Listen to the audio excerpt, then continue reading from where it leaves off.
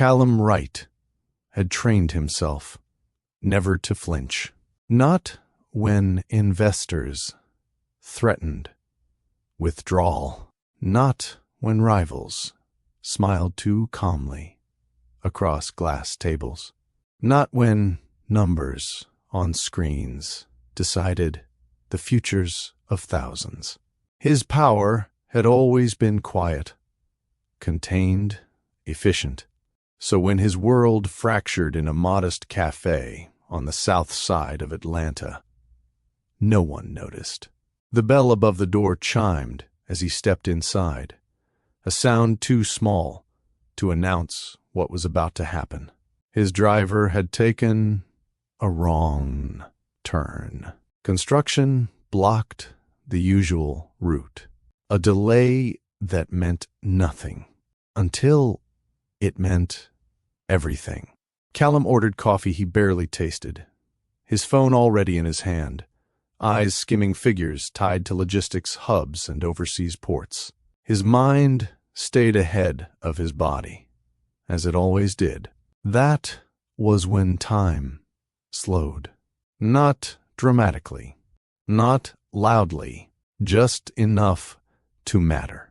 Near the window stood a woman. She was turned slightly away, her body angled protectively around something held close to her chest. The light from outside framed her silhouette, not to flatter her, but to reveal how steady she was. How grounded. She rocked gently, one foot shifting back and forth in a rhythm learned through repetition and care. Callum stopped walking. He didn't know why at first. His instincts reacted before memory did. His chest tightened. His breath shortened. His fingers curled against his phone, the device suddenly foreign in his hand. Then she turned. Zafira. The name rose without sound, without permission. 2 years vanished in a single glance. She looked stronger than he remembered. Not sharper, not hardened, just anchored. Her posture carried certainty. Her presence filled the space without demanding it. And in her arms, the baby stirred. A small sound escaped the child, soft and untroubled. Zafira adjusted her hold instinctively, her hand supporting the child's back, her thumb brushing along a tiny shoulder. Callum's heartbeat stumbled. This wasn't coincidence. His body knew it before his mind allowed it. The baby lifted their face and looked straight at him. It was the eyes. Dark, curious, open in a way only children allow themselves to be. They held his gaze without fear, without judgment, as if seeing him was simply another part of discovering the world. Callum's breath caught. Those eyes had stared back at him every morning for decades, from mirrors framed in marble and glass, from reflections polished by success. The cafe seemed to narrow. Sounds dulled. Conversations blurred. The scrape of a chair, the hiss of steaming milk, all of it faded behind the pounding of blood in his ears. He didn't move. He couldn't. His control didn't shatter. It cracked, slowly, precisely, like something built too tightly, finally giving way. The baby blinked once, then again, still watching him. A hand lifted, fingers flexing clumsily through the air. Callum felt something pull inside his chest, sharp and undeniable. Zafira sensed the shift before she looked. Her body stilled, not rigid, but alert. She raised her head. Their eyes met. There was no shock in her expression, no surprise, only recognition. She had carried this moment quietly, knowing it would arrive someday. Callum swallowed, his throat dry, his lips parted, but nothing came out. For the first time in his adult life, words abandoned him. In that instant, every unspoken difference between them pressed forward. He came from rooms where power lived behind closed doors, where decisions were made without voices like hers present, where influence moved through last names and legacy, through quiet nods and private assurances. She came from a world where presence mattered more than access, where protection was earned through consistency, not wealth. Race, class, gender. They had navigated those differences once, believing love would smooth the edges. Now those same forces hovered between them, heavier than ever. Zafira didn't speak. She didn't need to. Her silence wasn't fear. It wasn't guilt. It was boundary. She looked down at the baby, checking the blanket, adjusting the strap that rested across her shoulder. The movement was smooth, practiced, rooted in countless repetitions. Motherhood lived in the details. The baby shifted again, letting out a small sigh before settling, cheek resting against her chest. Trust. That trust hit Callum harder than recognition had. He had built systems that moved goods across continents. Yet here stood a life he had never been invited to know. Callum's mind raced, not wildly, but sharply. Dates aligned with brutal clarity. Late nights, missed conversations, the quiet ending of a marriage that had dissolved without anger, without blame. A truth settled over him, heavy and unmistakable. This child existed because two people once loved each other deeply, and he had been absent, invisible, not because he chose to be careless, but because he had been trained to overlook what didn't announce itself loudly. Haven't we all felt that? Overlooked, underestimated, assumed irrelevant, in rooms where decisions were made without us. Callum had been powerful, but in this moment, power meant nothing. His wealth could not read time. His influence could not soften what he had missed. His discipline could not contain what pressed against his ribs.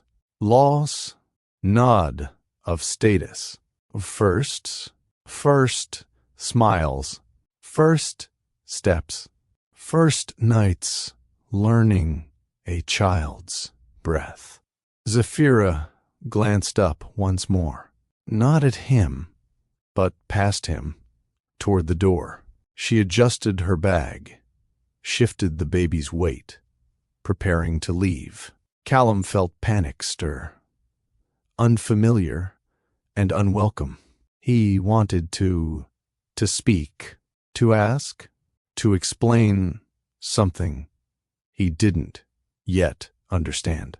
But the moment didn't belong to him. As Zafira turned, the baby's face angled toward him again. For a fraction of a second he saw himself, not as a CEO, not as a figure behind headlines, but as something smaller, more human. A child once held by someone who had believed in him. A boy raised to succeed, but never taught how to stay. The recognition landed quietly. He wasn't just seeing his child.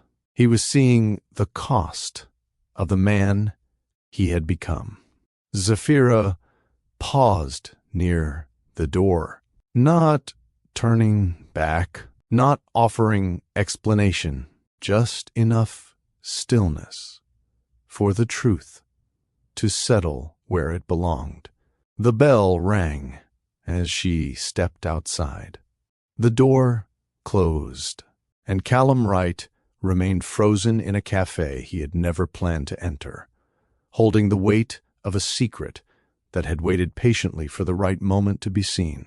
If you're watching this right now, ask yourself, do secrets disappear? Or do they wait for the moment silence can no longer hold them? Tell me in the comments what you believe. And stay, because what happens next will reveal how a man the world overlooked in his own life is forced to confront the truth that saving an empire sometimes begins with saving your humanity. Callum Wright did not believe in chaos. He believed in systems. From the outside, his life appeared flawless, precise to the minute, efficient to the decimal point. Every day followed a rhythm he had refined over decades, one built to remove uncertainty before it had a chance to breathe. He woke before the city stirred. No alarm clock, no rush. His body had learned discipline the way some people learned prayer, through repetition, through expectation, through quiet insistence. Morning began with a shower set colder than comfort allowed. He told himself it sharpened him. It reminded him that comfort was optional. By the time sunlight touched the skyline, he was already reviewing reports.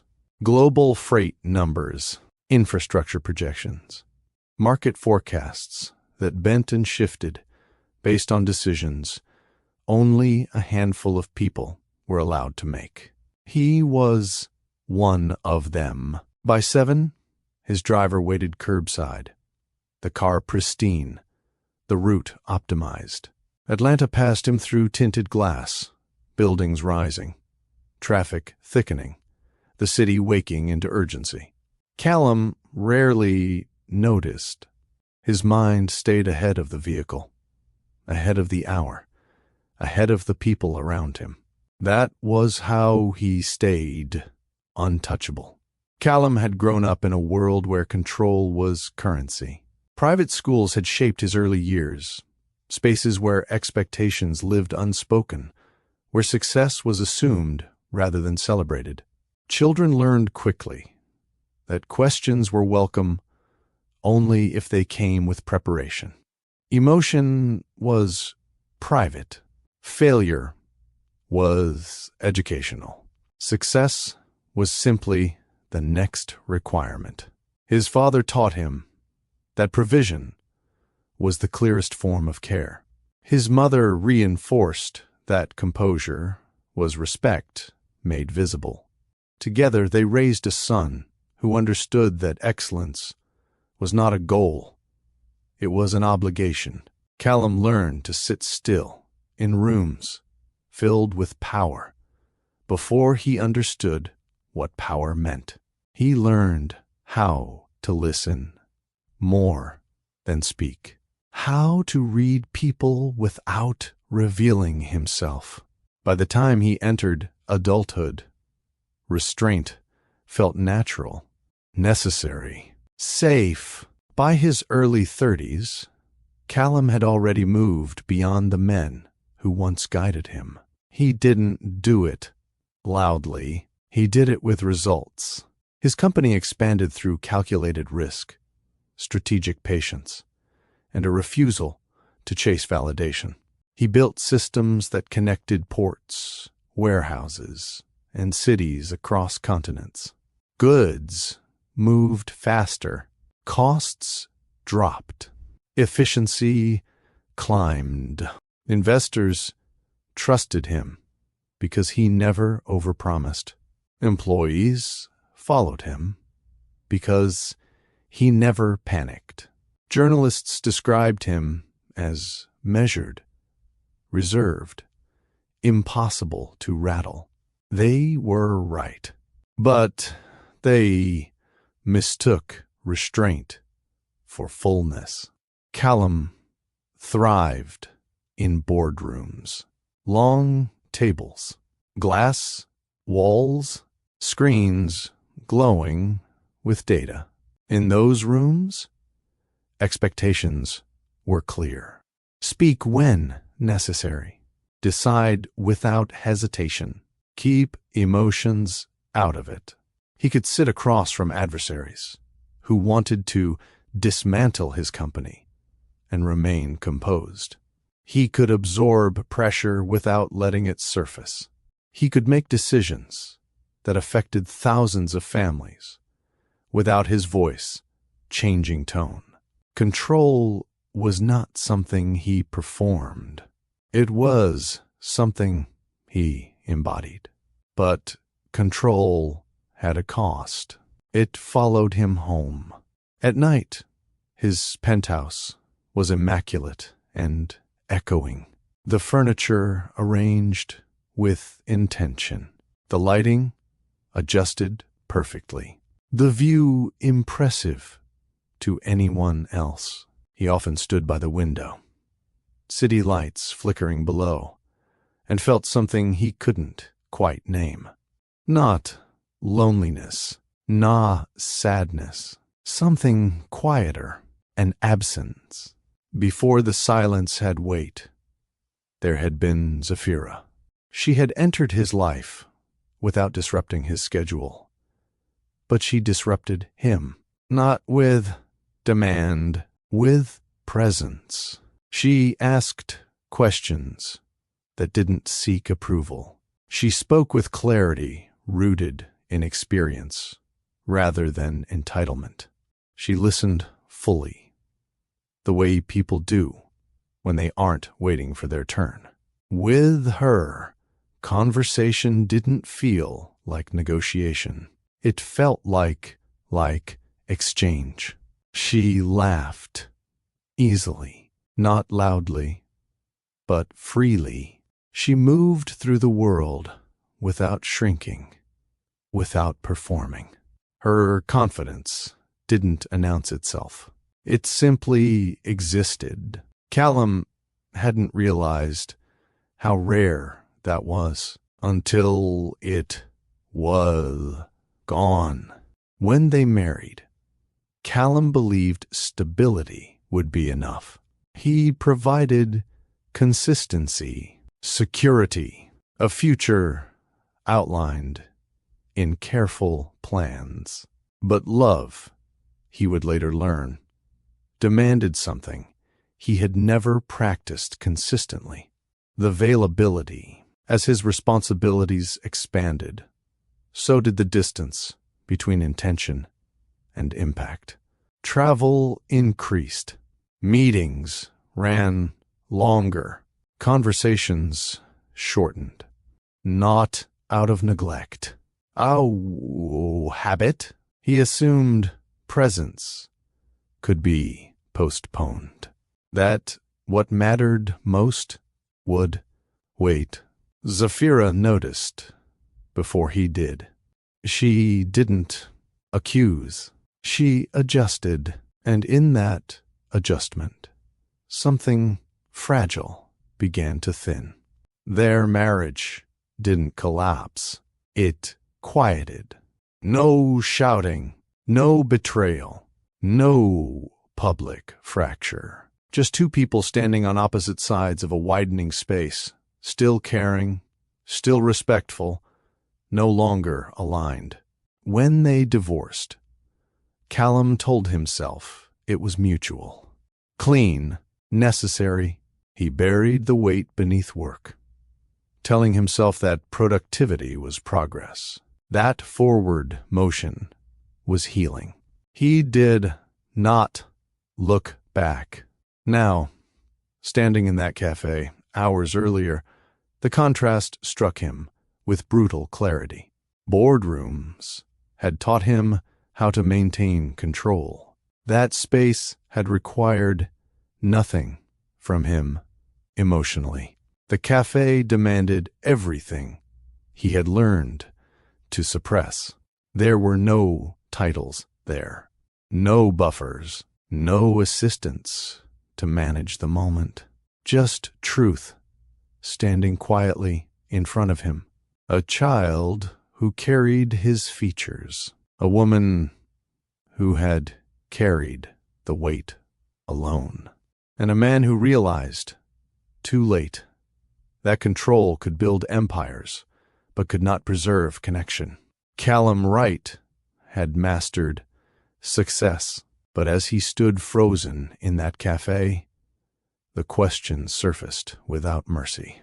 What is power worth if it leaves you absent from the life that mattered most? Zafira Okoye did not turn around again.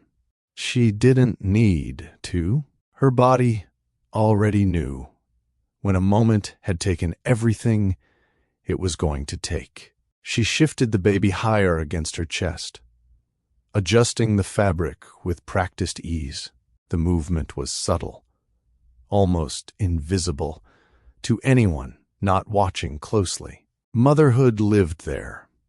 In the small, constant decisions no one applauded. The baby settled immediately, cheek pressing into her collarbone, breath slowing. One tiny hand curled into the edge of her wrap, fingers closing with quiet certainty. Zafira paused near the door, not because she was unsure, but because leaving with intention mattered. Outside, traffic passed in steady waves. Life continued without acknowledging the weight she carried out of that cafe. She opened the door, stepped through, and let it close behind her. Inside, Callum remained still. Zafira did not look back. Zafira had always moved through the world without spectacle. Even during the years she had shared with Callum, she never competed with his environment. She didn't attempt to impress the rooms he brought her into. She didn't shrink either. She existed fully. That was what drew him to her in the beginning. Now, as a mother, that same quality anchored her. She walked down the sidewalk with a steady pace, one hand instinctively resting at the baby's back. Her awareness extended outward, mind alert, body calm. A car horn sounded nearby. She adjusted her path without breaking stride. The baby stirred. Zafira lowered her head slightly, murmuring without words. The sound wasn't meant to instruct. It was reassurance in its purest form. The child relaxed. She smiled, not broadly, not outwardly, but in the way someone does when they feel a moment settle into its place. Zafira's strength had never been loud. It came from knowing when to speak and when not to. From understanding that protection didn't always look like confrontation. Sometimes it looked like consistency, like showing up the same way every day, regardless of who noticed. She had built her life carefully after the divorce, not out of fear, out of clarity. She returned to work that aligned with her values. She leaned into family, into community that held space without condition. She created a rhythm that centered the child, now breathing steadily against her. Her choices weren't reactions. They were her commitments. She had not erased Callum from her mind or her heart. She had simply refused to let his absence destabilize the life she was responsible for shaping. At the crosswalk, Zafira stopped. She shifted her weight, rocking gently, while waiting for the signal. The baby's head nestled closer, trusting the movement. She checked the strap again. Too tight. No. Too loose. No. Just right. Her eyes scanned the street before stepping forward. One step, then another. Each movement held purpose. This was how motherhood showed itself, not through declarations, not through explanation, but through vigilance woven into routine. She crossed the street, sunlight catching briefly on the baby's eyelashes. The child yawned. Zafira smiled again. Zafira didn't carry anger like a badge. She understood its weight too well. She had learned early that bitterness demanded energy better spent elsewhere. That resentment, if left unchecked, found ways to reach children long before it reached those who caused it. So she chose differently. She focused on what was present. A healthy child, a supportive circle, a life that, while not untouched by loss, remained full of meaning. She had made peace with the silence she once chose. But P did not erase truth. Truth had simply waited. Back inside, Callum stood exactly where she had left him. The coffee in his hand had gone cold. He didn't notice. His mind replayed details he hadn't consciously registered before. The way Zafira's hands never hesitated. The way the baby responded instantly to her touch. The ease between them. That ease wasn't accidental. It was built day by day, night by night. Without him, for the first time, the magnitude of what he had missed settled fully into his body. Not as panic, not as regret alone, as reality. He looked at the door, remained closed. The cafe filled again with ordinary noise. Chairs scraped, cups clinked. Someone laughed near the counter. Life resumed its normal rhythm. But Callum didn't rejoin it. He stood there, unmoving, as if motion itself required permission he hadn't yet earned. He didn't reach for his phone. He didn't call out. He didn't speak. Some moments asked for silence, not because there was nothing to say, but because words would only dilute what needed to be felt. This was one of them. Outside, Zafira continued down the sidewalk, the city opening up ahead of her. Inside, Callum remained behind, holding the truth without explanation, without defense. No confrontation followed. No conversation bridged the distance. Just two lives moving forward from the same moment, changed in different ways, and in that space between them, everything that would come next waited quietly. Silence. Zafira Okoye's understanding of the world began long before she could name it. It lived in sound first. Morning voices overlapping in the kitchen. The hum of conversation, layered with music, drifting from a small radio, balanced near the sink. Laughter that wasn't scheduled, but expected. Correction delivered plainly, without cruelty, without apology. She grew up in a black Southern household where presence mattered more than performance. Adults didn't disappear when things were hard. They leaned in. Her childhood home sat on a street where neighbors recognized each other's footsteps, where doors opened without ceremony, where children were watched collectively, corrected collectively, protected collectively. Discipline was firm, but never detached.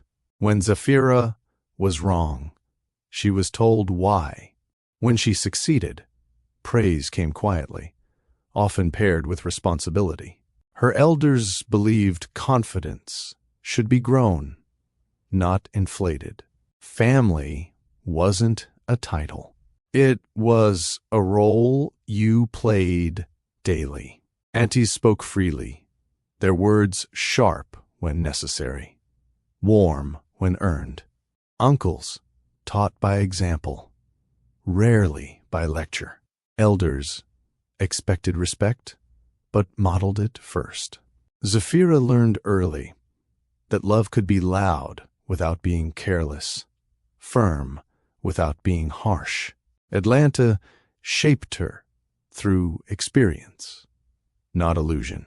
She knew the rhythm of neighborhoods that didn't appear on brochures. She understood the difference between visibility and value. She watched people build joy where resources were limited, watched pride survive without validation. She saw women carry households with grace and exhaustion in equal measure. She saw men shoulder responsibility without needing applause. She learned that strength didn't always announce itself. It showed up. She carried that lesson with her. Zafira didn't inherit opportunity. She learned how to create pathways where none had been offered. As an adult, she gravitated toward work that aligned with what she had witnessed growing up. Community development wasn't a career move for her. It was a continuation of responsibility. She worked with small business owners, navigating systems never designed to be intuitive. She helped families translate paperwork that assumed fluency where there was none. She advocated without condescension, guided without control. Her pride came from competence. She knew what she could do, and she knew what she refused to tolerate. Boundaries shaped her adulthood, the way discipline shaped her childhood. She didn't explain them excessively. She enforced them consistently. Independence for Zafira wasn't isolation. It was agency. She paid her bills. She made her choices. She asked for help when needed, not when desperate. She built a life that didn't require permission. That self-possession followed her into every room, including the ones Callum introduced her to years later. She didn't shrink among wealth, nor did she resent it. She assessed environments clearly, adjusting without losing herself. That clarity became essential later, when she had to make a decision no one could share with her. Zafira found out she was pregnant alone, not because she wanted solitude, but because the truth arrived quietly, without preparation. The confirmation sat heavy in her hands. She didn't cry. She didn't panic. She breathed. Her first instinct wasn't fear. It was calculation, not financial, emotional. She thought about stability, about safety, about the environment a child would absorb before ever understanding words. Callum's world was powerful, controlled, and layered with expectations she knew intimately. She didn't question his character. She questioned the machinery surrounding him. So she chose to speak first to family. The response was immediate. No interrogation, no pressure, no shame. Support arrived in practical form. Space, time, reassurance. Elders didn't rush her decision. They trusted her discernment. That trust mattered. Zafira decided early that her child would grow in an environment defined by consistency, not tension, by truth handled carefully, not recklessly. She carried her pregnancy without spectacle. She worked, she rested, she prepared. When her child arrived, motherhood didn't change who she was. It clarified her priorities. Protection became active. She curated emotional space, the way some people curate homes. She guarded tone, routine, and presence. She refused to let unresolved history leak into a developing life. Silence, for her, wasn't punishment. It was stewardship. And now, bestie, I want to ask you, if you were in her position, would you have spoken immediately or protected your child's peace first? Tell me in the comments what you would have done. Callum Wright learned early that emotion was a liability, not because anyone said it outright, but because everything around him reinforced it. His childhood unfolded in spaces where silence carried meaning, where words were chosen carefully, and reactions were measured twice before they were allowed to show. The homes he moved through were large, orderly, and intentionally understated. Wealth did not announce itself there. It assumed recognition. Old money culture prized continuity over expression. Feelings were acknowledged privately, if at all. Public composure was non-negotiable. Children were taught to sit still before they were taught to speak freely. Expectations arrived before encouragement. Callum's family gatherings were polite, controlled, and purposeful. Conversations revolved around institutions, investments, legacy. Praise came sparingly, often framed as confirmation that one had met what was already expected. Affection was indirect. It showed up in opportunity, in education, in access, not in reassurance. From an early age, Callum learned to interpret restraint as care. White elite spaces reinforced that lesson. Private schools taught him how to blend in without disappearing, how to speak with confidence while revealing little, how to read a room and understand which parts of himself were welcome there. Success in those spaces wasn't celebrated loudly. It was assumed, and failure was quietly remembered.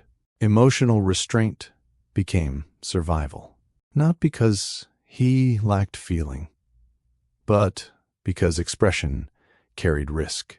Vulnerability invited scrutiny. Composure preserved standing.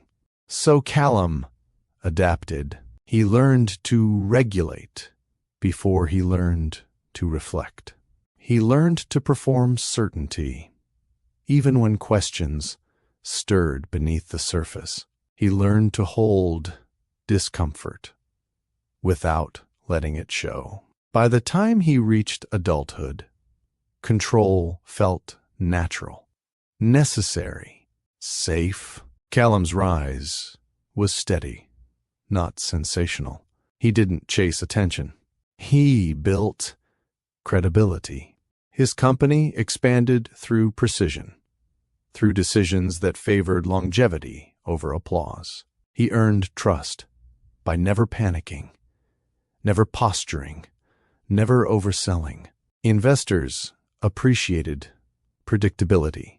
Boards rewarded consistency. Ambition gave his days structure. Long hours felt purposeful. Travel felt productive. Meetings filled space that might otherwise have demanded introspection. Loneliness never introduced itself directly. It wore the face of momentum. When relationships thinned, he told himself it was temporary. When social invitations declined, he called it focus. When nights ended in quiet apartments, he labeled it discipline. He mistook absence for efficiency. Power insulated him. People deferred. Conversations softened around him. Few challenged him personally. Fewer still asked how he was beyond surface pleasantries. And because Callum had never been taught to offer that information freely, he didn't. The cost accumulated quietly, not as sadness, as disconnection. Moments passed without witnesses. Achievements landed without shared acknowledgement. He mastered influence without cultivating intimacy. Ambition filled the space where reflection might have lived. Until it didn't. Zafira disrupted Callum's world without trying to. She didn't challenge his authority. She challenged his assumptions. With her, conversation didn't feel transactional. She asked questions that weren't strategic. She responded with honesty that didn't seek advantage. She occupied space without apology or pretense. She didn't require him to perform. That was what he hadn't known he needed. Zafira noticed things Callum had learned to ignore. Tone shifts, pauses, emotional undercurrents. She named them gently, without accusation. She invited him into moments rather than demanding explanations. Over time, her presence softened him. Not publicly, privately. He began to feel things he hadn't made space for. Ease, warmth, shared silence that didn't feel empty. He didn't have language for it then. But she gave him something rare. Witness. When their marriage ended quietly, Callum told himself it was reasonable, mutual, unavoidable. He believed that moving forward was the same as healing. He was wrong. What he missed wasn't just her companionship. It was the mirror she held up to parts of him he rarely examined. Without her, his life returned to efficiency, but something essential remained unaddressed. Now, after the cafe, that absence had a shape. A child he had never known. A life he had not been present for. A truth that exposed the limits of control. Callum stood at the edge of that realization, feeling something he could not yet name, but could no longer avoid. Longing not for power, For connection, he had not learned how to protect. Zafira met Callum Wright on a day that was never meant to be important. She attended the regional entrepreneurship forum because one of her clients needed support navigating registration. It was her role to stand slightly behind the spotlight, making sure paperwork was correct, schedules aligned, and people who weren't used to formal spaces didn't feel lost inside them. Callum was there as the keynote speaker. He arrived quietly, without entourage or unnecessary display. His presence carried weight, but not volume. People noticed him not because he demanded attention, but because others adjusted around him. Their first interaction happened away from the stage. Zafira was reviewing a program schedule when Callum approached the table, asking a clarifying question about breakout sessions. His tone was neutral, professional, unassuming. She answered plainly. No flattery, no hesitation, no reference to who he was. That surprised him. Their conversation extended beyond logistics, not because either pushed it there, but because it flowed naturally. She asked what drew him to logistics rather than finance.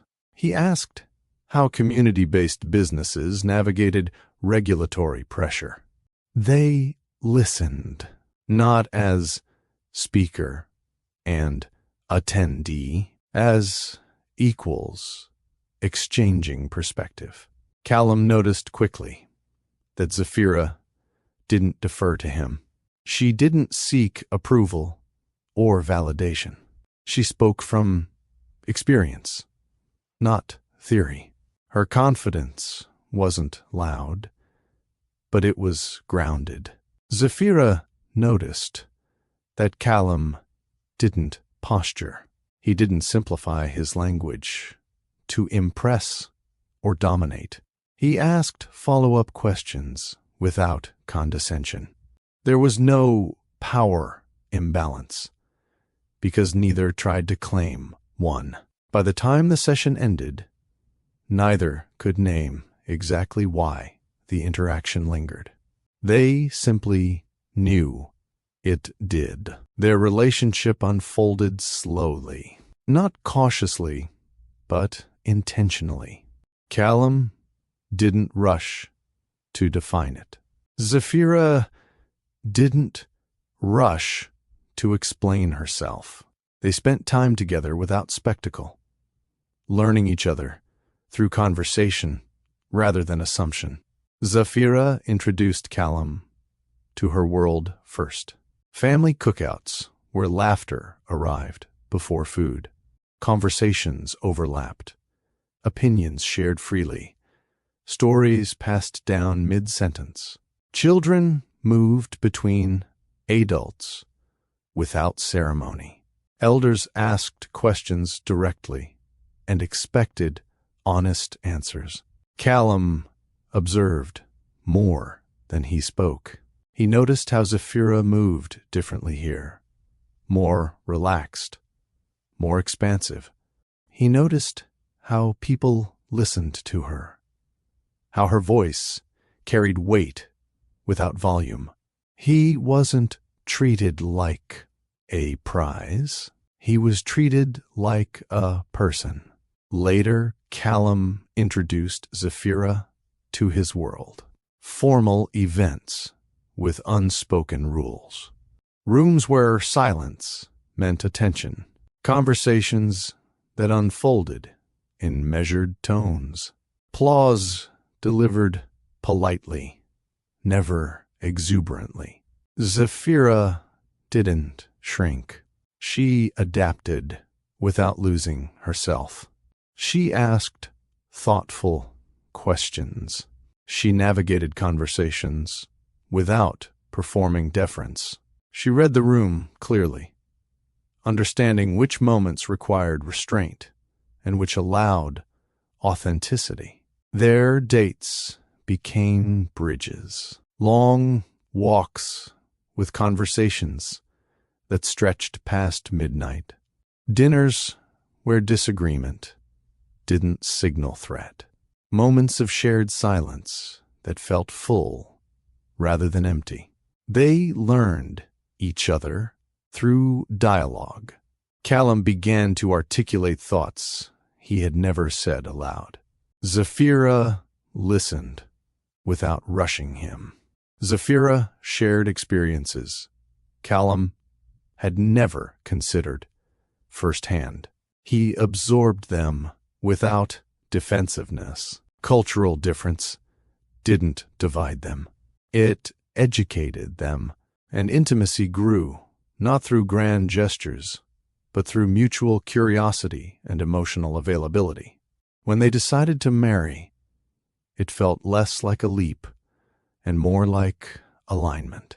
There was no public announcement, no press release, no elaborate planning that invited commentary. They chose a quiet ceremony with only the people who mattered most. Zafira wore a dress chosen for comfort and meaning, not display. Callum wore a suit without insignia or statement. The venue was simple, intentional, free of expectation. Their vows were private, spoken softly, meant only for each other. Callum promised consistency, presence, a commitment to grow beyond habit. Zafira promised honesty, partnership, a refusal to disappear inside someone else's life. They believed those promises fully in that moment. Their marriage began with hope, not naive, but sincere. They built routines together, shared meals, conversations that stretched across evenings, plans shaped collaboratively. For a time, it worked. Not perfectly, but gently. Neither imagined then how quiet pressures could accumulate, how unspoken strain could slip between moments of affection. In those early days, love felt sufficient, and for a while it was. The shift didn't arrive suddenly. There was no defining argument, no singular mistake. Pressure entered Callum and Zafira's marriage the way most real strain does, gradually, quietly, disguised as responsibility. At first, it made sense. Callum's company expanded faster than projected. New contracts required oversight. Travel increased. Meetings stretched beyond schedule. Calls came late into the evening, sometimes during dinner, sometimes after Zafira had already fallen asleep. He always explained, not defensively, logically. This quarter is critical, just until things stabilize. After this deal closes, Zafira listened. She had always understood ambition. She respected work that carried weight. She didn't ask him to choose between his career and their life, only to remain present within both. So she adjusted. She cooked later, ate alone sometimes, rescheduled conversations, learned the rhythm of his absences without complaint. At first, Callum noticed, he thanked her, promised balance, held her close when he returned from trips, grounding himself in the familiarity of her presence. But over time, those moments shortened, not because he cared less, because pressure narrowed his focus. He began answering emails during conversations. His body was present, but his attention drifted. When Zafira spoke about her work, he listened, but with the fatigue of someone already stretched thin. Neglect never announced itself. It arrived as postponement. The distance between them widened without noise. Zafira felt it first, not as rejection, but as absence. Callum still loved her. She never doubted that. He still showed up physically, still provided stability, still asked if she needed anything. But what she needed couldn't be ordered or scheduled. She missed being witnessed. Conversations became functional. Dates replaced sharing. Silence filled spaces where curiosity once lived. Cultural isolation crept in quietly.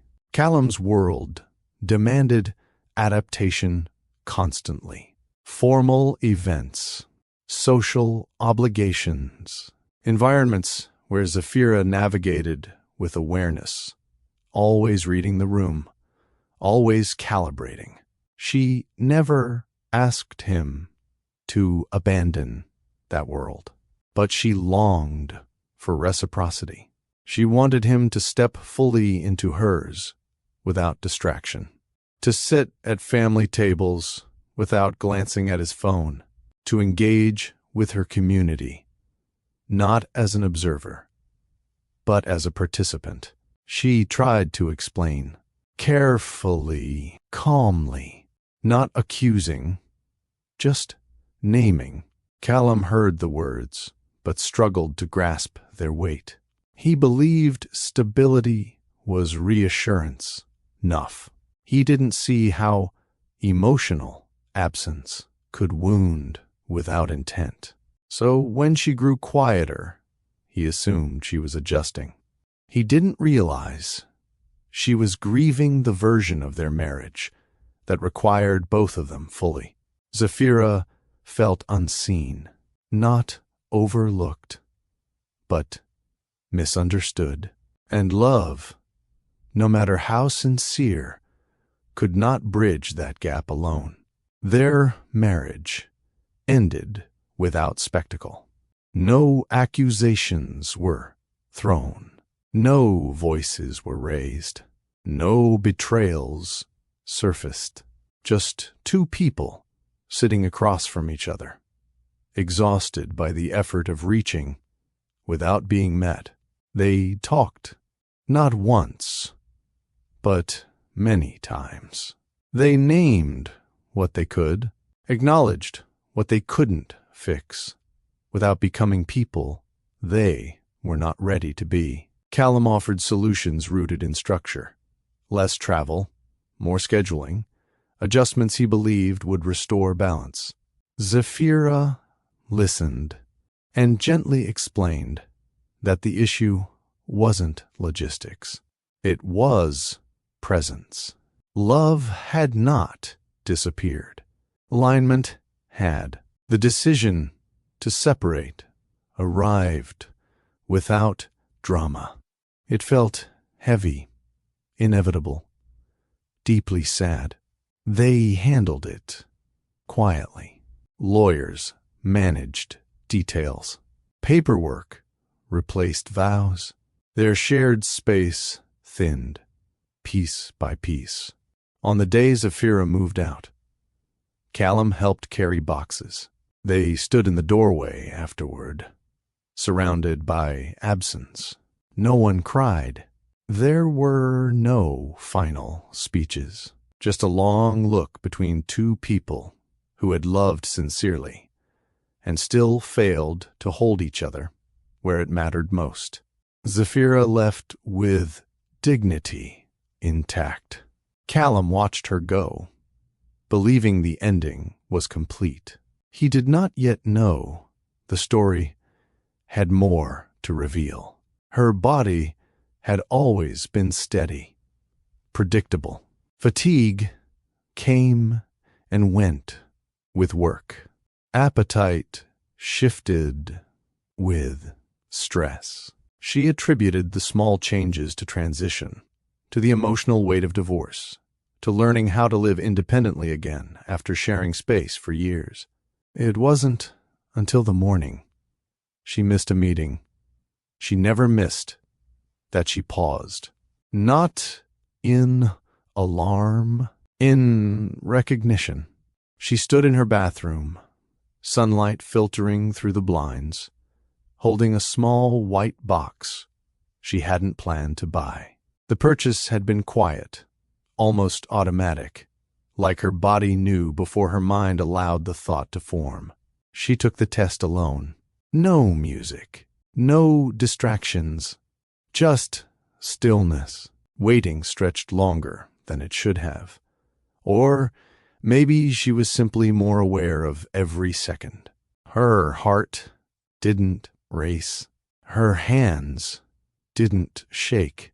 When the result appeared, clarity arrived before fear. She sat down slowly, pressing her palm against the counter, grounding herself in the cool surface. Pregnant. The word didn't echo. It settled. Images followed. Not dramatic, not overwhelming. Just real. Responsibility. Change.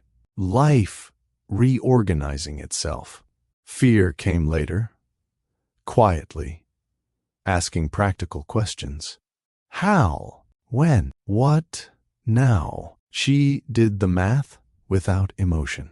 The timeline aligned neatly with the final months of her marriage. There was no confusion, no doubt.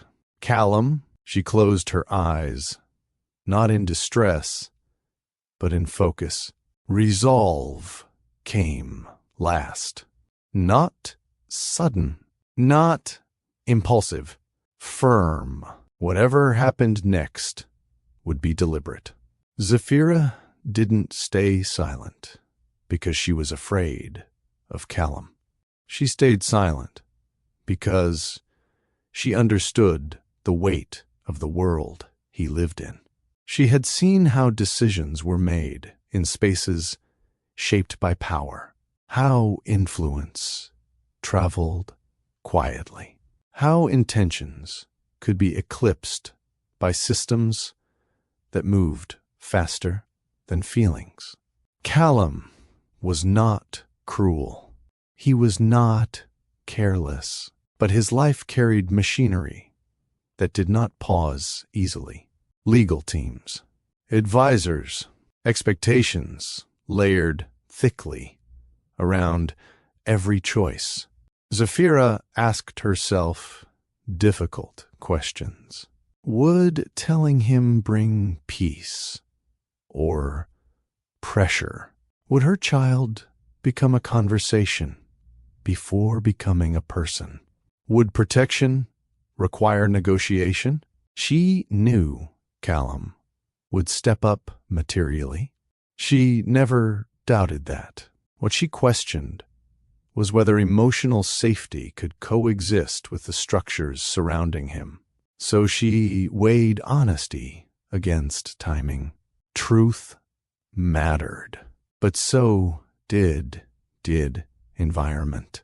She chose to wait, not to deceive, but to shield. Her silence wasn't punishment.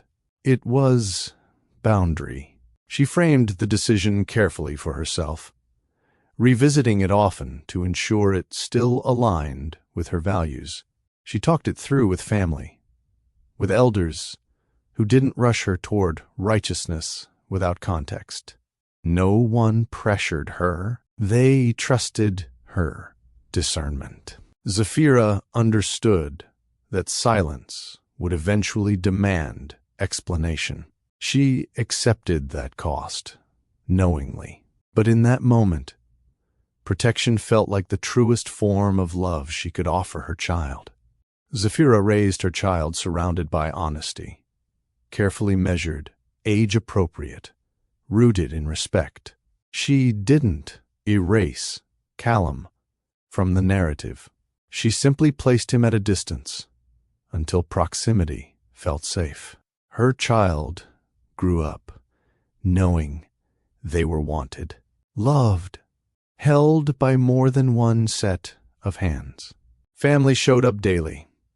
Grandparents, cousins, trusted friends who formed a protective circle around them. Home was steady. Laughter arrived easily. Questions were welcomed. Comfort was consistent. Zafira built routines that emphasized presence. Meals together, bedtime rituals, conversations that evolved as her child did. When questions about family arose, she answered without bitterness. Truth didn't need anger to be valid. Callum existed in the background, not as absence, but as something unresolved. Zafira believed truth revealed at the right time could heal rather than harm. She didn't rush that moment. She prepared for it. And when the cafe door opened years later, and recognition crossed Callum's face, Zafira knew the waiting had ended. The secret had done its work. The bell above the cafe door rang again. Callum hadn't moved since Zafira left, but his body reacted to the sound like it meant danger. His shoulders tightened. His breath caught. He turned. Zafira stepped back inside. Not hurried, not dramatic, just returned. The baby was still against her chest, calm, warm, safe. Callum's mouth opened. Nothing. Zafira's gaze found him immediately. She didn't look confused. She didn't look surprised. She looked like a woman who had prepared herself for something she never wanted to do, but would do anyway.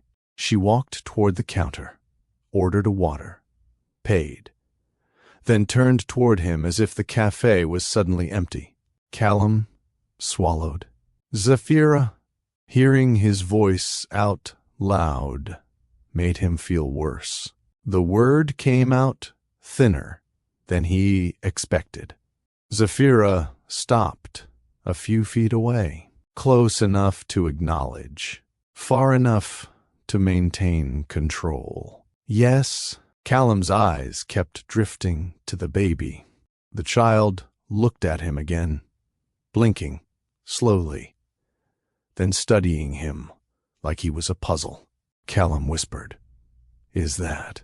Zafira's expression didn't change. "Don't do that." "Do what?" "Pretend you don't know what your heart already told you." Callum's jaw tightened. "I'm not pretending. I'm trying to understand what I'm looking at." "You're looking at my child," she said, voice steady. Callum's throat tightened. "Your child." Zafira didn't correct him. "Not yet." Callum took a step forward before he could stop himself.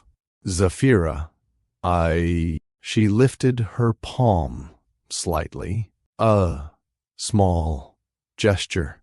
A boundary. He froze again. Zafira's voice stayed calm. "I came back inside because I realized you might collapse right here, and someone would call an ambulance, and then we'd have a scene. I'm not giving you that." Callum blinked. "I'm fine." She tilted her head. "No, you're not." Callum let out a breath that sounded like surrender. "How old?" Zafira paused. Not long, but long enough for him to feel the weight of every second. "Almost one," she said. Callum's eyes widened. "One." Zafira adjusted the baby's blanket, as if the conversation wasn't shaking the ground beneath them. "Yes." Callum's voice cracked slightly. "I've been living for a year. And I didn't know." The baby made a small sound, then reached up and touched Zafira's chin. She smiled at the child, softening instantly in a way Callum hadn't seen in years. That tenderness made his chest ache. Callum whispered, Is it?" Zafira's tone sharpened, not angry, but firm. "You keep circling it. I'm trying not say the wrong thing." "You already did," she said quietly, "by walking round the truth like it's a negotiation." Callum flinched. Zafira took another breath. "Sit." It wasn't a request. Callum obeyed. He sat at the nearest table, hands on the edge, like he needed something solid to hold on to. Zafira didn't sit immediately. She swayed gently as she stood, soothing the baby's shifting weight. Callum watched every movement, as if he could understand the last year by studying how Zafira held the child. Finally, she sat across from him, not beside him, cross. Callum stared at the baby's face again. The resemblance wasn't subtle. He swallowed hard. "Are you telling me?" Zafira met his eyes. "Yes." The word landed like a final signature. Callum's hands tightened on the table. Why didn't you tell me?" Zafira's eyes didn't flicker. "We're not there yet." Callum blinked. "We're not, Zafira. We are literally right here." She held his gaze. "We're at the part where you breathe and accept reality before you demand answers you aren't ready to carry responsibly." Callum's lips parted, then closed.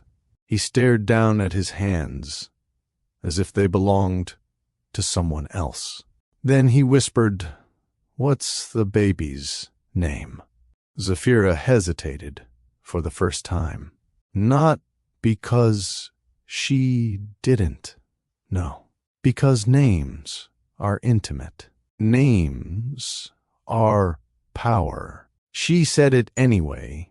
Amar-e. Callum repeated it slowly. "Mari." The baby looked at him again. Callum's eyes filled, but he refused to let tears fall. His face held tension, like a mask, trying to stay in place. He whispered, "Hi, Amari." The baby blinked, then, unexpectedly, smiled. Not wide. No, loud, but real. Callum's breath shook. Zafira watched him, silent, letting that moment speak for itself. Callum's voice came out rough. "This can't be real." Zafira's reply was quiet. "It is." Callum sat back, still as stone. He looked like a man who had spent his life holding everything together with sheer will, and had reached a truth that refused to be managed. He tried anyway. "Zafira," he said carefully, "I need you to tell me what happened." Zafira lifted her water, took a small sip, then set it down. "She didn't stall. She simply refused to rush. "You remember the last few months of our marriage?" she asked. Callum's jaw tightened. "Yes. You remember how we stopped talking, like we used to?" He nodded once. "You remember how you thought being in the same house meant we were still connected?" Callum winced, but didn't argue. Sapphira kept her voice calm. "After we signed the papers, I went home and tried to rebuild my life. I didn't make a show of it. I just started again." Callum swallowed. "Then you doubt?" "Yes." His face tightened. "You didn't call me?" "No." Callum leaned forward. His voice rose slightly, not in anger, but in disbelief. "Why?" Sapphira didn't flinch. "Because I needed to decide what truth would do to my child before I decided what it would do to you." Callum's eyes widened. "To me?" Sapphira's tone stayed even. "Yes, because your world is bigger than you, and you know that." Callum's mouth opened, then closed. Sapphira continued. "You're used to problems being solved by teams, by paperwork, by structure. I didn't want my pregnancy to become a case file."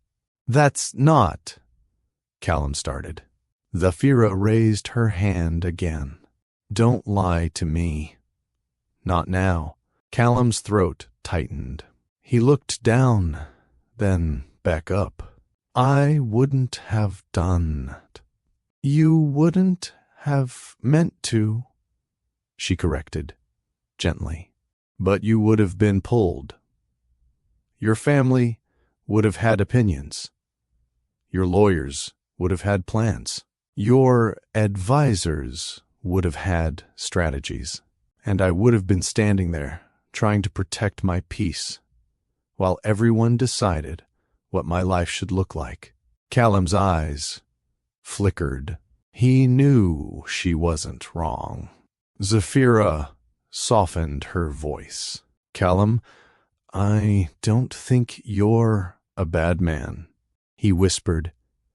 "Then why did you shut me out like one?" Sapphira's eyes stayed on his. "Because even a good man can be attached to a system that doesn't know how to be gentle." Callum inhaled sharply. The baby shifted, making a small sound.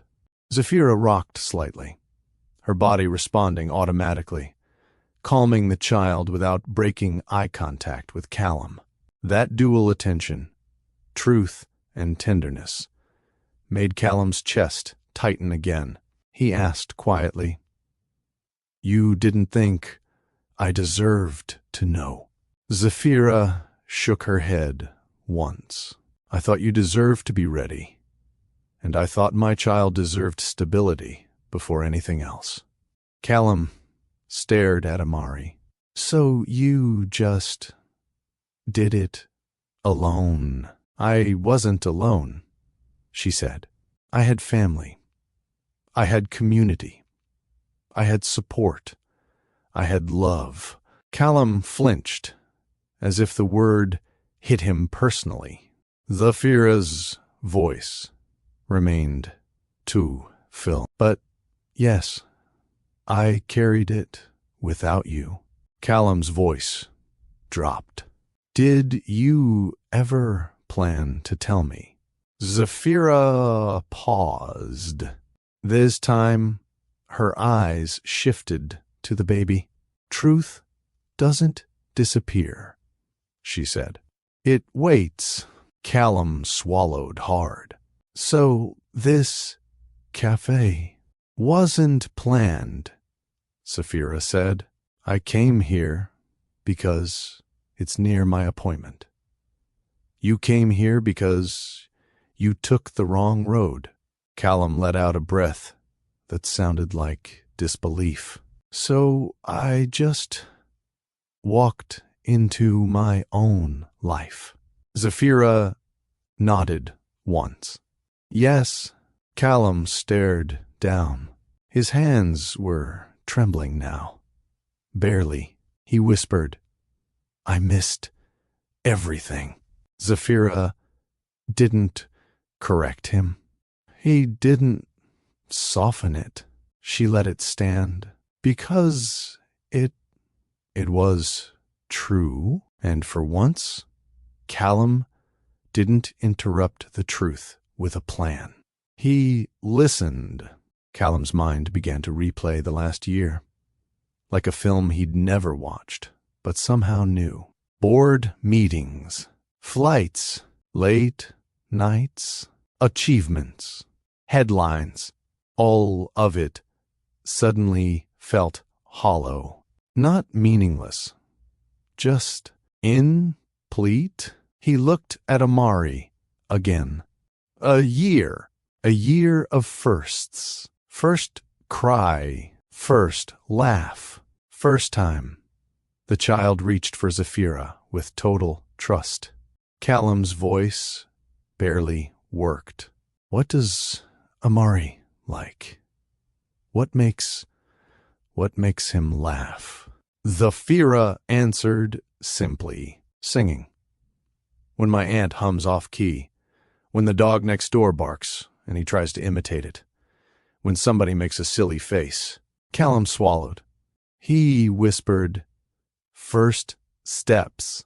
Zafira's eyes held his. Not yet, but close. Callum's breath shook. First word. Zafira looked down at the baby. He says, Ma. Callum's face tightened. Not because he wanted it to be something else. Because reality was doing what it does, drawing clear lines between presence and absence. Callum leaned back, staring at the ceiling for a second, as if he needed space inside his own skin. Then his gaze returned to Zafira. I thought I was a good man, he said, voice cracking. I thought I did things right. Zafira's voice stayed gentle. You did many things right. Then why does it feel like I failed at the only thing that matters? Zafira didn't answer immediately. Callum's eyes glistened now. He blinked hard, trying to force control back into place. But control wasn't designed for this. His voice came out broken. I've built an empire. I've moved machines and money and people. I've solved problems that made other men fold. He looked at the baby again, but I couldn't hold my own marriage. Zafira's face softened. Not pity, not triumph, just humanity. Callum whispered, and now I have a child. And I wasn't even invited to know. That sentence did it. The mask slipped. He didn't sob loudly.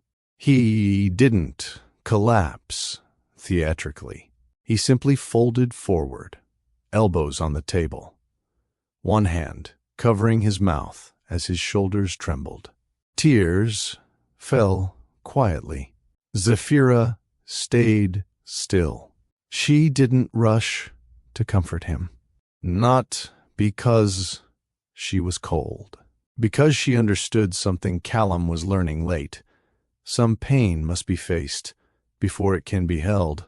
The baby watched him, curious, unafraid. Amari reached one small hand toward Callum, fingers opening and closing. Callum looked up and saw it. That small gesture split him open in a way boardrooms never could. He whispered, "I don't deserve that."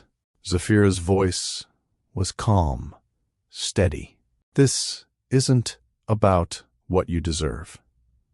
It's about what you do next." Callum nodded weakly, unable to speak.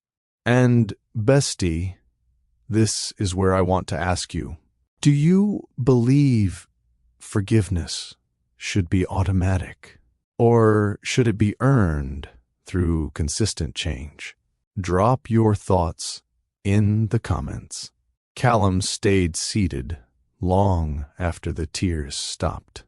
Not because he needed sympathy, but because standing felt like pretending the moment hadn't happened. His shoulders remained tense, as if his body didn't trust stability anymore. Zafira didn't fill the silence with reassurance. She watched him the way someone watches a storm pass, alert, composed, unwilling to invite destruction back in by acting too soon. Amari shifted again, growing restless in the carrier. Zafira rose smoothly. "He's hungry." Callum looked up quickly. "I can." She didn't let him finish. "You can sit."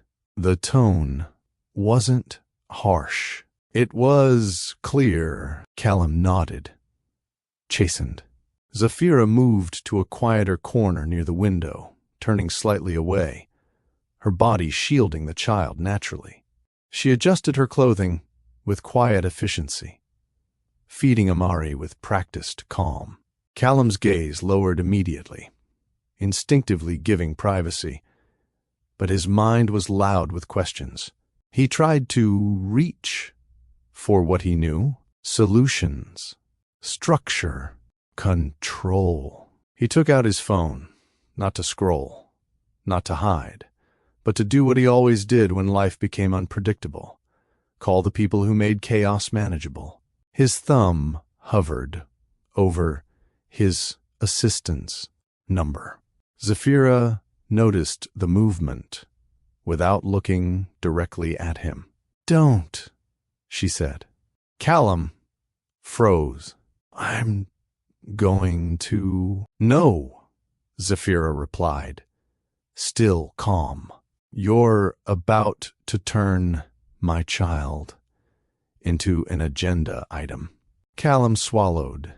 "That's not what I meant." "But it's what you do," she said, voice even. "And I'm not condemning you. I'm telling you what it looks like from my side of the table." Callum slowly lowered the phone. He stared at it as if it had betrayed him by being insufficient. Zafira finished feeding Amari and gently patted his back. The baby burped, then relaxed again, heavy with comfort. Zafira's shoulders softened only when she felt the child settle. Callum's voice came out quiet. "I don't know what to do." Zafira returned to the table, her movements careful so she wouldn't wake Amari. She sat again, placing her hand on the baby's back like an anchor. Callum looked at her. "I have teams for everything. Legal, PR, corporate. I know how to handle problems. I know how to handle crises." Zafira held his gaze.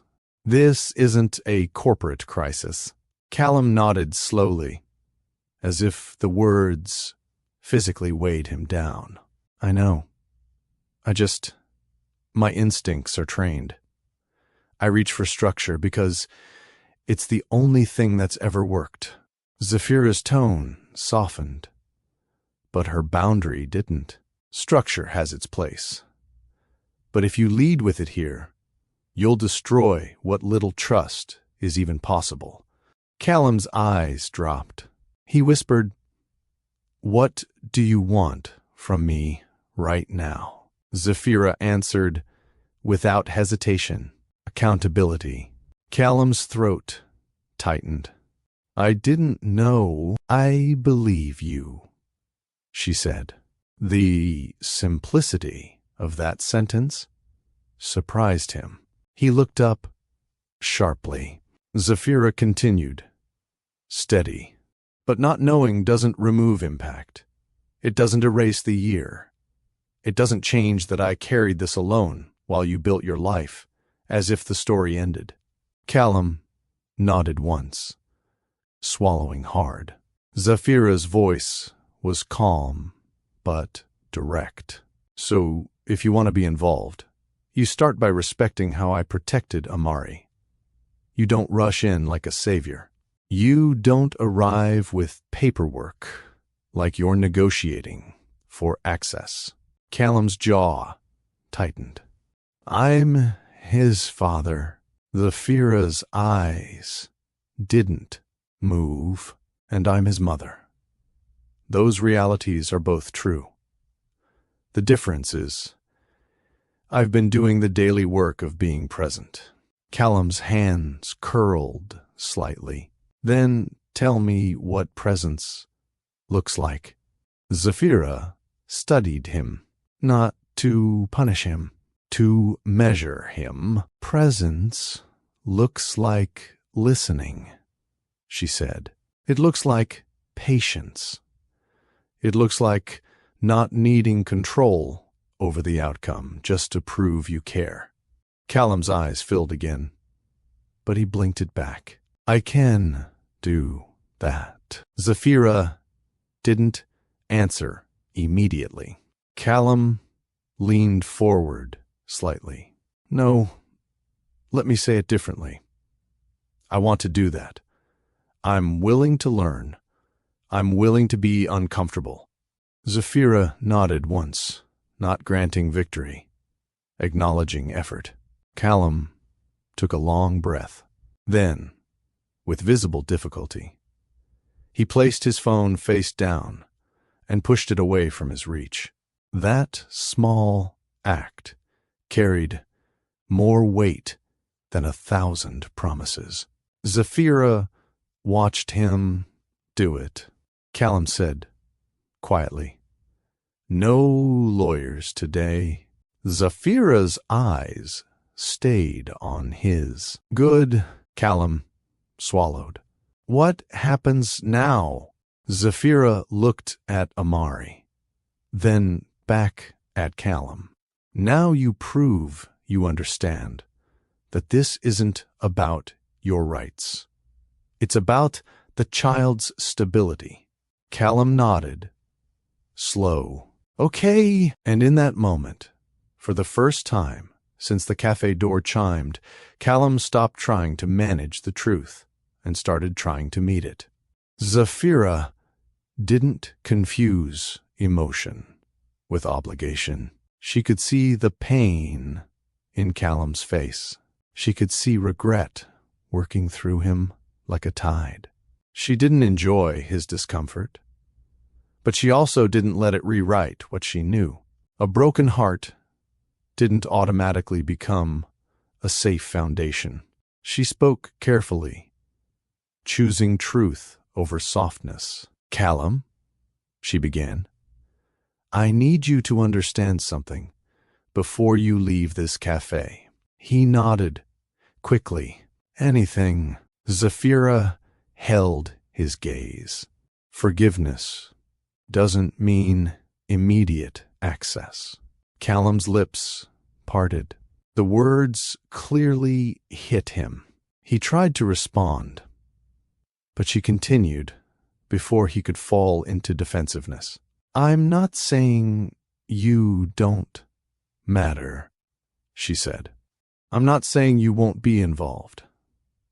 I'm saying this isn't something you can rush because you're shocked. Callum's voice was quiet. I'm his father. Yes, Zafira said. And being a father is more than biology. It's consistency. It's proving you can show up without bringing chaos. Callum swallowed hard. What are you saying? Zafira leaned slightly forward, keeping her tone calm and clear. I'm saying Amari will not be introduced to instability, she said. He won't be passed around like a symbol. He won't be pulled into environments that don't treat him like a child first. Callum nodded slowly, absorbing every word. Zafira continued, I don't know what your family will do with this. I don't know what your world will try to turn it into, but I do know what I will not allow. Callum's jaw tightened. My family doesn't control me. Zafira's expression stayed steady. They don't have to control you to influence what surrounds you. Callum breathed out, acknowledging the truth he hadn't wanted to admit.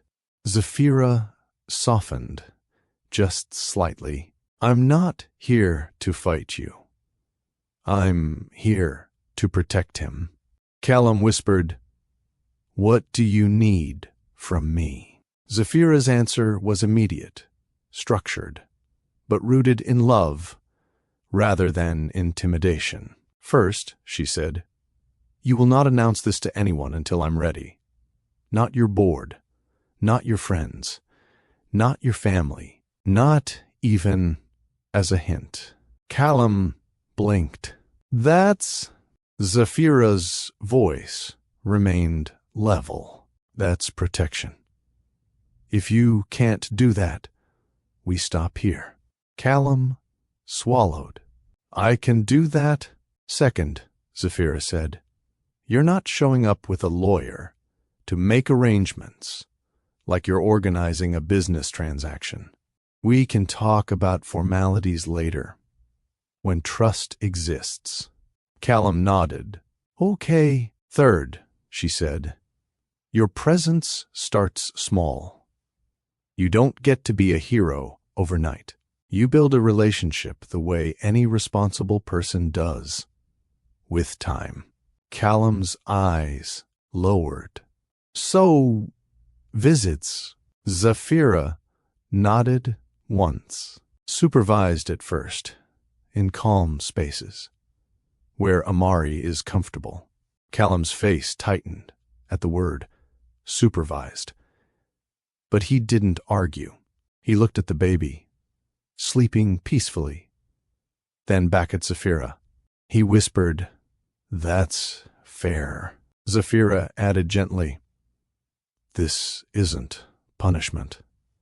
This is pacing. Callum nodded again.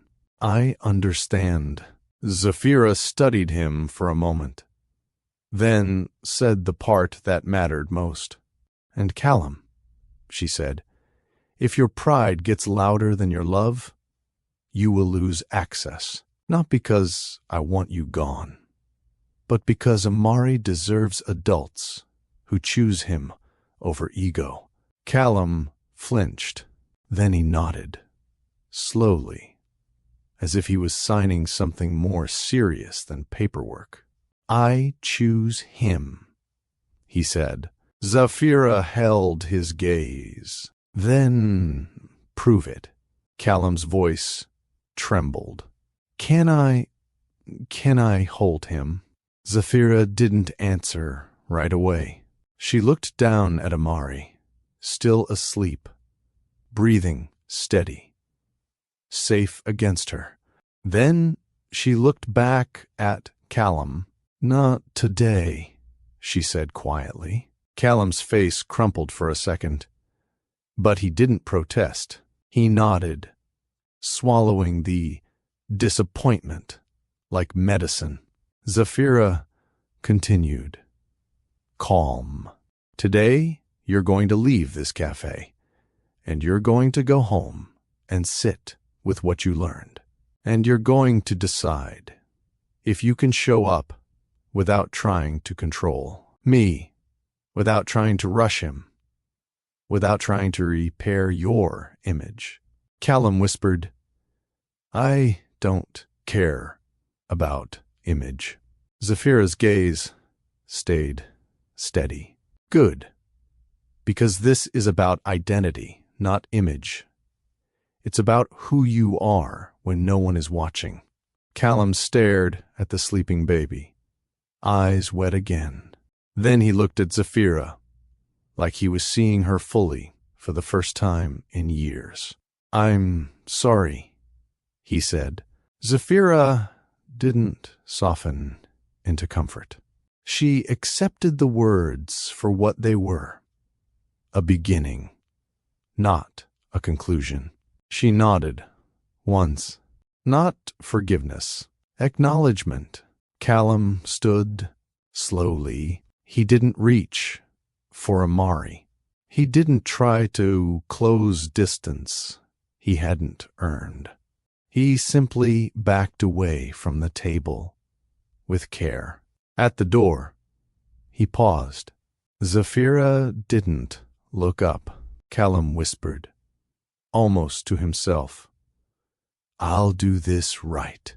Then he left, and Zafira remained seated, hand on her child's back, steady in the quiet aftermath, holding the line between love and protection with the same strength that had carried her through everything. Callum didn't rush back into Zafira's life. That restraint was new. In the weeks after the cafe, he kept his word with a precision that surprised even him. No announcements, no quiet disclosures dressed as updates, no calls to lawyers framed as curiosity. He showed up the way Zafira had asked him to, slowly, consistently, without spectacle. Their first arranged meeting happened in a neutral space, a small park, late morning, when the sun was gentle and the air calm. Zafira arrived first. Amari settled comfortably against her. Callum waited until she waved him over. That moment mattered. He sat where she indicated, hands visible, posture open, no assumptions. Amari watched him with the same curiosity he'd shown in the cafe, unconcerned with history.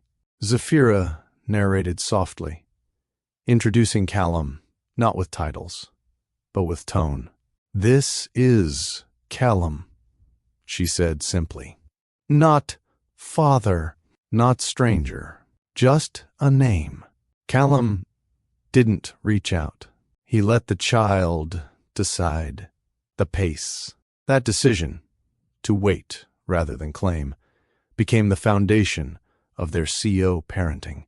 Visits followed a rhythm, short at first, predictable, calm.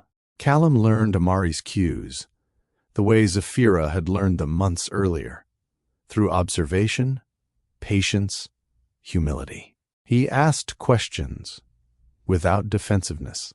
He accepted correction without argument. He showed up on time. Every time. Zafira watched closely, not suspiciously, carefully. Trust wasn't withheld out of bitterness. It was earned through consistency.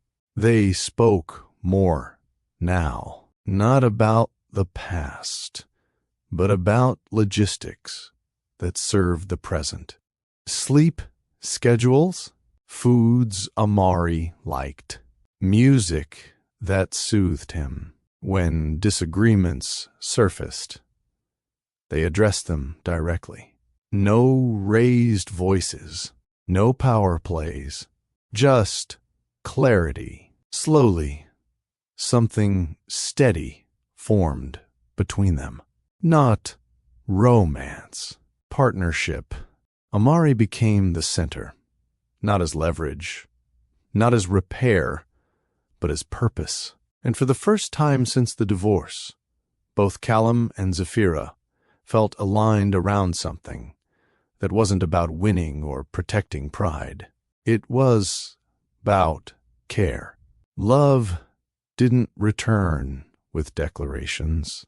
It didn't arrive with promises or nostalgia. It emerged quietly, reshaped.